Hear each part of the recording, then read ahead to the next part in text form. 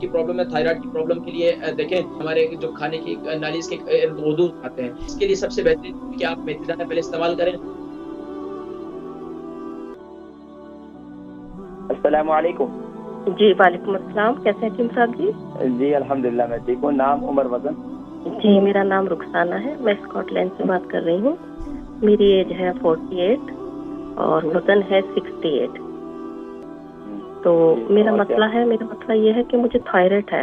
अभी बताया डॉक्टर ने, ब्लड टेस्ट करा है, तो मैं टैबलेट भी ले रही हूँ, लेकिन मैं चाहती हूँ कि आप बताएं कोई मुझे घरेलू इलाज ताकि स्टॉप। आप यूट्यूब पे जाए ना तो माशाल्लाह हमारा वहाँ प्रोग्राम है थायराइड पे, पूरा मैंने एक प्रोग्राम किया था, उसमें मैंने काफी नुस्खे बताए।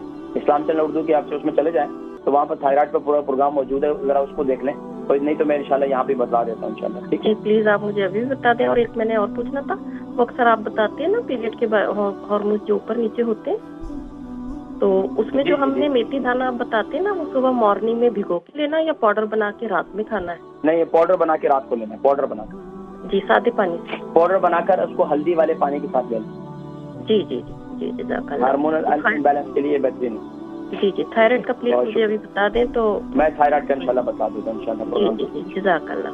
बहन रुखसाना है स्कॉटलैंड से, इनको थायराइड की प्रॉब्लम है। थायराइड की प्रॉब्लम के लिए देखें थायराइड ग्लैंड जो हो जाते हैं, अब ये क्या है हमारे जो खाने की नालीज के इर्द-गिर्द आते हैं, ये हुदूद जो है अब ये कई किस्म के। इसके लिए सबसे बेहतरीन कि आप मेथी दाना पहले इस्तेमाल करें, उसके बाद जो है अपने जो है क्या बोलते हैं उसे कलौंजी का तेल, जैतून के तेल से इसका मसाज करें।